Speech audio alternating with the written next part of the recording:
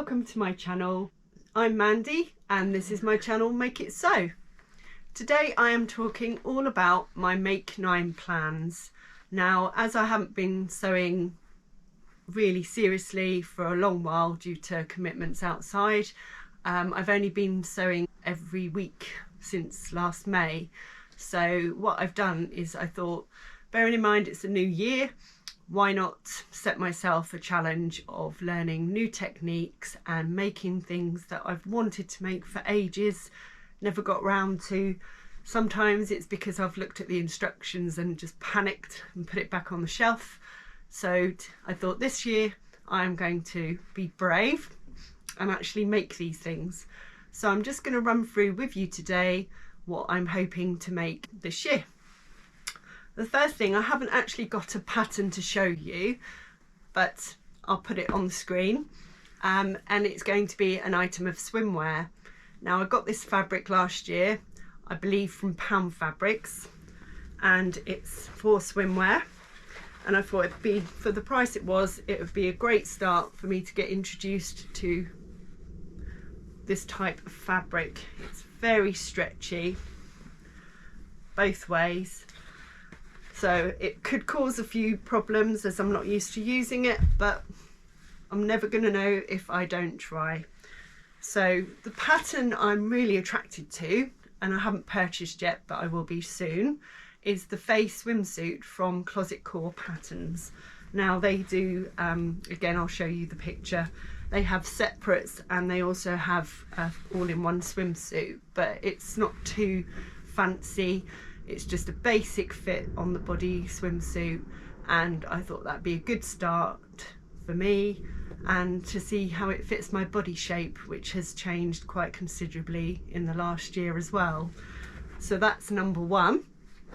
Number two, well, I haven't got number two to show you because I haven't bought the fabric yet, and if you have watched a previous video, you know that I'm only buying fabrics for things that I plan to make if I haven't got them in my stash already, because this year as well I really want to reduce my stash because it is getting a bit much, and I've even got an overflow drawer now. So on the screen you'll see it's the Andy's jacket from Itch to Stitch. I've already got the PDF pattern, so I'm just getting that printed out now. I need to buy some soft shell fabric, which again is a material I've not used before, so I thought that would be another good challenge for me. It has zips in it, which is something else I'd like to get better at, and it's just a staple that everybody needs, so why not make one myself? The third one, I've got everything for this one. So I showed this as part of my knitting and stitching purchases, and it's the Sew Over It cigarette pants. Now, looking at the actual line drawings, it doesn't look very complex. So to a lot of people, they might be thinking, why are you making them, Mandy? Because it's not really pushing your skills much further. But the thing is, it's the fit for this one. So I'm also setting myself that challenge with trousers, that we've all got different shaped bodies, and I have purchased a course from the Stitch Sisters about how to fit trousers, so I thought I could incorporate that with this pattern so that I can get more confident on fitting things closer on my body. So this is the fabric. It's from my stash. Don't ask me where I got it from, I haven't got a clue, but there's 2.5 meters on there, and it's a wide fabric. It's 145 centimeters wide, so I've got plenty to make trousers with it. So that is one of my things that I really want to get good at this year, and that is fitting trousers. So the fourth make I would like to attempt this year, it is something that I was hoping to make for Christmas last year, and I purchased the pattern from the Knitting and Stitching show, and that is the Viola Dress. I'll show you the line drawings again. So at the time I had actually purchased also some fabric to make it, but I washed it. It's gorgeous, it's a cotton lawn. I'm not sure I'm going to have enough, because as far as I was aware I'd purchased the right width required, which was the 145, but when I measured it, it was touch and go. There was a slight stretch to it as well, but that is one option. But I said at the time it gave me Christmassy vibes, but I think I could get away with that in the summer as well, and that'd be lovely and cool. But of course, me being me, since then I've been looking through my stash, and because I'm trying to get rid of some, I've also got this gorgeous viscose that I bought from, I think it was Pound Fabrics or Rainbow Fabrics, I can't remember, but I'll find out and put that on the screen. I've got 4 meters of this one, so I've got plenty to make the dress.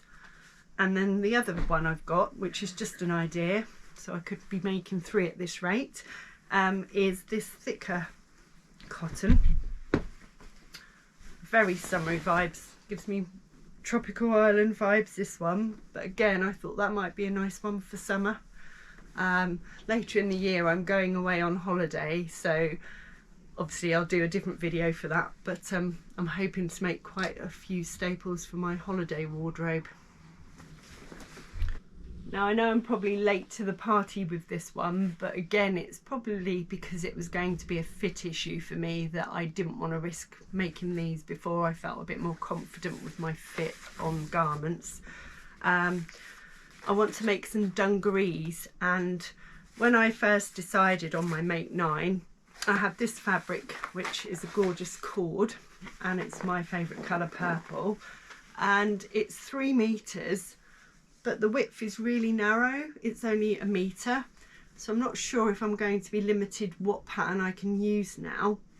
And I do have some denim with stars on, but I know that Sam from So Let's Sparkle with Sam has just made some Heyday dungarees in it, so I don't want her to think I'm copying her too much. Anyway, the actual patterns I had chosen originally was the Tilly and the Buttons Mila, because it is quite fitted, and for my size I could probably just get it in.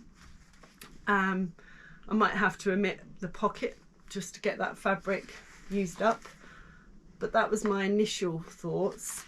But I've also got the Tilly and the Buttons Erin as well, which is a bit more relaxed fit. You can make them shorter, but I think when I do the dungarees I would like them to be in a full length with the full length trousers. But again, I might have to have issues with the length of the trousers and the fitting around the middle. And I've also recently got onto the Heyday dungaree train, and I also quite like that pattern. So I'd love to know your opinion on what dungaree pattern you've used that works every time, because I would love to make some, but I'd also like them to fit and feel nice and not too tight.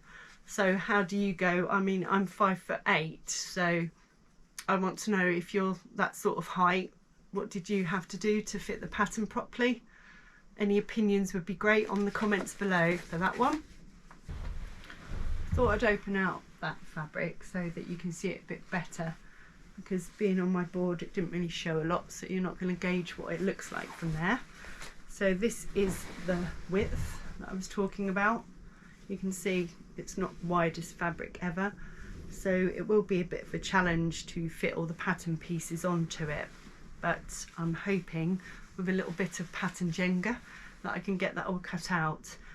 Being 5'8", I always have to add a couple of inches onto the height anyway, so that will be a slight challenge. So either way, I will make some dungarees with this fabric, but I just need to decide which one. I know the Heydays are quite popular and they're nice loose fitting and an easy pattern to follow. I haven't heard much about the Mila dungarees, and the Erin ones I think are very similar to Heydays, but again I think how they're made up is slightly different. So that will be my dungarees. So we're on to number 6 already. I had so many things that I'd like to make, and obviously this isn't a comprehensive list because I'm hoping I'd make more than 9 garments this year. But this is another one I've mentioned before on the Knitting and Stitching Show purchases, and that was I bought the actual fabric for this pattern because this is one of the ebooks from Sew Over It, and it's the Sorrento jacket. So This was the fabric that I bought again. It's got this greeny blue tinge to it, which I'm hoping you can see on the camera.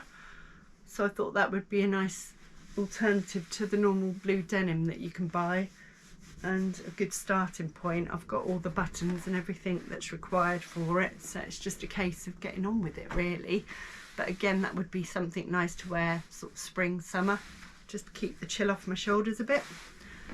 So again, I've seen other people make this one and it does look a really lovely make. I've just got to decide what colour top stitch and thread I want now. And you might recognise this fabric. This was from a Think Pink subscription box, and the ideas I had for it originally, once I'd actually looked at everything, I just thought this really does look like it would be a lovely Park Lane dress by Mila Lee. So again, this is a pattern company I've not used before, so I'm not sure how the fit will be, which is what put me off making it, because I didn't want to rush it. But I'm going to do it this year. And again, this is such a gorgeous floaty fabric that would be lovely for spring, summer. So that is what I've finally planned to do with that one. And there's the picture. I will put one on the screen as well for you to see. But I'm going to make the longer version, not the blouse, because like I say, I do like to have a full outfit. The last one I've actually got the fabric for is the Tilly & Buttons Rosa Dress. And again, I want to make the whole dress, not just the shirt. It's got lots of buttonholes in it, so if I can't get used to doing buttonholes with this one, I don't know when I ever will. So I'm hoping to get better at doing those, because I have cheated a bit in the past and just done false buttons where I haven't needed it to get it over my head. Whereas with this one, because it's quite high up, I definitely need to do a few. So I think that will improve my confidence no end with buttonholes. And the fabric, don't be surprised, I've shown this one before as well. It was from the Knitting and Stitching show, and it's a gorgeous purple fine needle cord, or corduroy, in that colour. And again, I think that would look really nice as a shirt dress, because it's got a bit of structure to it. So with that one, I just need to buy some buttons now. And then my final Make 9 plan, this one I did as part of a mood board for Confident Capsule Collection Challenge, and myself and one of my friends are talking about going to the dressmakers ball. So I've got a good excuse to make it up now. And I did show this before on one of my Friday sews when we were asked what we'd wear for a party. So I am looking at view B or view C, I'm not quite sure yet. And I haven't got the fabric for this one because I'm waiting a little while before I purchase it, as I need it to be just perfect for what I want. Again, I'm looking at something a bit glitzy, a bit glittery maybe, so it will be difficult fabric to work with, but again, that's something that I want to challenge myself with and not just go for my usual comforts that I have. So they're my Make 9 plans for 2024. Obviously, I'm hoping to make a lot more than just the 9 garments. I think they will set me some challenges, especially fitting, I think. Also the buttonholes and the zips that come on some of those garments. The trousers I'm quite excited about, because obviously once I can fit one pair, hopefully that will, with the course and the help of the Stitch Sisters, I can do more things fitted like that. I've got so many things suiting fabric, that it'd be good to actually use them up.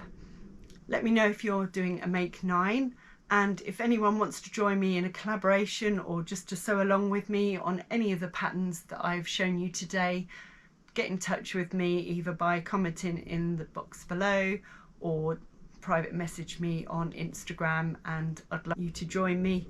And it'd be good to see the different garments that come out of the same pattern. I always find that's something when you all make the same, like when we did the Costa tote at the virtual sewing room, everyone had the same pattern, but we all had such different bags, and it's good to see different takes on patterns. So thank you for watching. If you don't already subscribe, please subscribe to my channel. It helps grow it, helps me get out there in the world of YouTube. And if you like this video, just push the thumbs up for me. Thanks for watching. Happy sewing. See you soon. Bye.